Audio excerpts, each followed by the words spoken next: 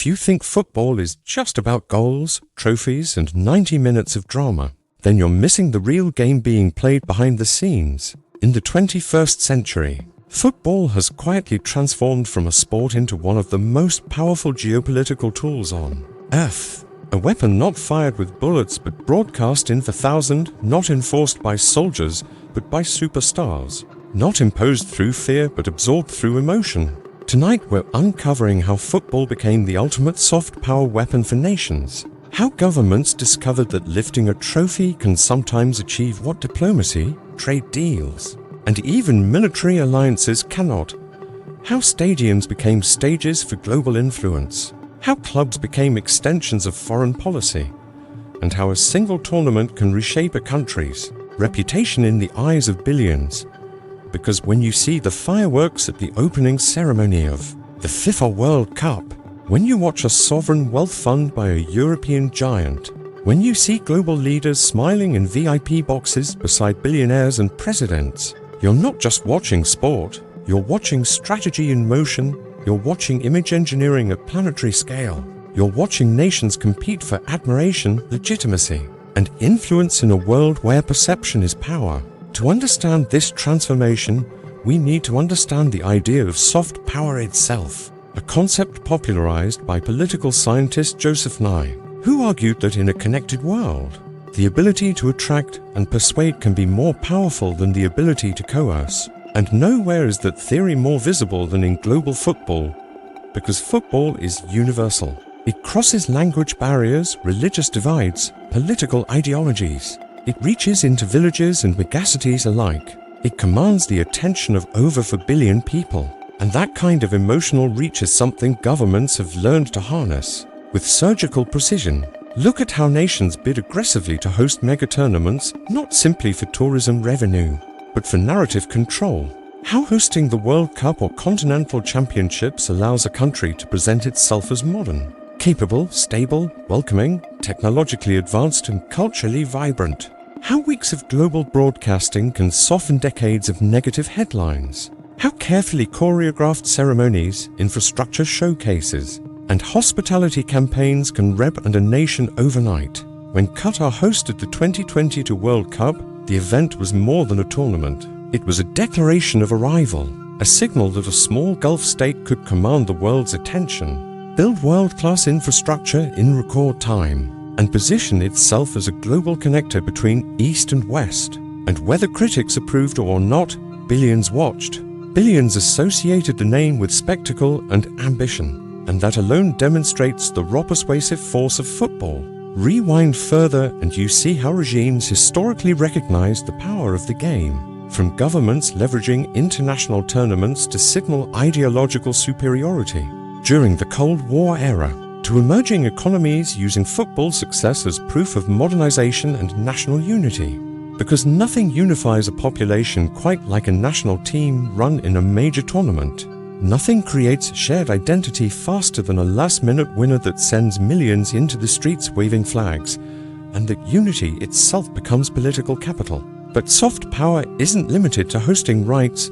It also flows through club ownership, through sponsorships, through player icons, through global broadcasting networks. And this is where the game becomes even more strategic, because over the past 2 decades, state-linked investors have increasingly acquired elite European clubs, turning them into global billboards for national branding. When Manchester City rose from domestic contender to global powerhouse under ownership, linked to United Arab Emirates, it wasn't just a sporting project, it was a reputational one, associating the UAE with excellence, innovation, and dominance in the world's most watched league, the Premier League. Similarly, when Paris Saint-Germain became a global brand under Qatari ownership, signing superstars and dominating headlines, it extended Qatar's presence into living rooms across Asia, Africa, Europe, and the Americas every weekend, transforming a club badge into a soft power emblem. And by contrast,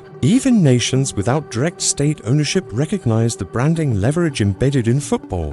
Diplomacy, from high-profile international friendlies staged in strategic markets, to development academies built abroad as goodwill gestures. And consider how star players themselves become informal ambassadors, When a global icon lifts a trophy wearing a nation's league badge, when they endorse tourism campaigns or appear at cultural events, they humanize a country's image. They create aspirational associations that transcend politics. They generate emotional connections that trade envoys and policy papers struggle to achieve. This is why governments invest heavily in grassroots development and elite training centers, because exporting football talent is exporting narrative. It's sending living proof of opportunity, discipline, and national pride onto the world stage. And the numbers amplify the impact. Broadcasting deals worth billions ensure that leagues, like the Premier League, are watched in over 180 countries, meaning that a single match is effectively a global advertisement platform. And when state-aligned sponsors appear on shirts, stadium naming rights, and pitch-side LED boards, the exposure compounds, embedding brand names and national identities into the subconscious of global audiences. But perhaps the most powerful dimension of football as soft power lies in crisis moments, because during political tensions, sporting engagement often continues when diplomatic channels freeze. International matches provide symbolic gestures of openness. Handshakes before kickoff become signals of détente. Tournaments become neutral grounds where rival nations share space without confrontation. And in these moments, football acts as a bridge, lowering temperatures, humanizing adversaries, offering citizens glimpses of normalcy amid geopolitical strain. Yet, soft power is not without controversy, because critics argue that governments sometimes use football to distract from domestic challenges, to reframe global narratives, to engage in what some call sports washing, leveraging the positive glow of sport to counterbalance criticism. And whether one views that as strategic communication or ethical compromise, it underscores the recognition that football's emotional pull is strong enough to influence perception at scale. And perception in global politics shapes alliances, trade relationships, tourism flows, foreign investment decisions, even security partnerships, because nations prefer to engage with countries they view as stable, modern, and culturally appealing. This is why infrastructure surrounding tournaments, airports, metro systems, smart stadiums are showcased so prominently, because they signal competence and readiness for business. They transform a sports event into a multi-week investment pitch. And beyond mega events and elite clubs, there is the grassroots diplomacy of football foundations and outreach programs, where academies funded by wealthy clubs or federations operate in developing regions, building pitches, training coaches, sponsoring youth leagues, subtly weaving goodwill networks that extend far beyond the final whistle. And in the digital age, the influence multiplies further, because social media turns every highlight into a viral moment, every celebration into a meme, every victory parade into a global spectacle shared in real time, amplifying the reach of national branding efforts exponentially. Think about how a dramatic World Cup final can trend globally within seconds. How hashtags tied to a host nation circulate across continents. How millions who may never visit the country still form impressions based on what they see.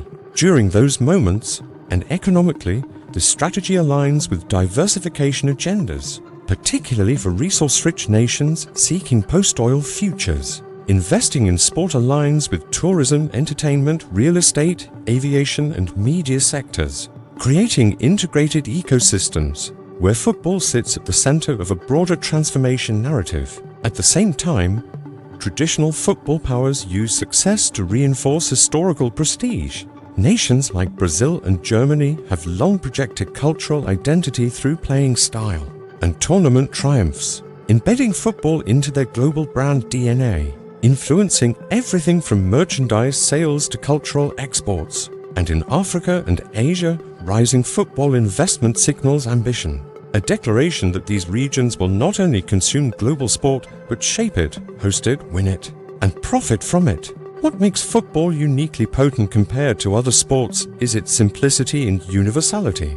You need only a ball and open space to play, which means its grassroots penetration is unmatched, its emotional hooks are deep, and its narratives are easily localized yet globally shared. And because the sport operates through clubs, leagues, confederations, and international governing bodies, it creates a multi-layered network where influence can be exercised at multiple points, simultaneously. From boardroom votes on hosting rights to sponsorship negotiations to player transfers that double as diplomatic signals, and as streaming platforms expand and emerging markets gain purchasing power, the commercial stakes rise further, encouraging more state-level engagement, more strategic acquisitions, more tournament bids, more academy investments. Yet the core remains emotional.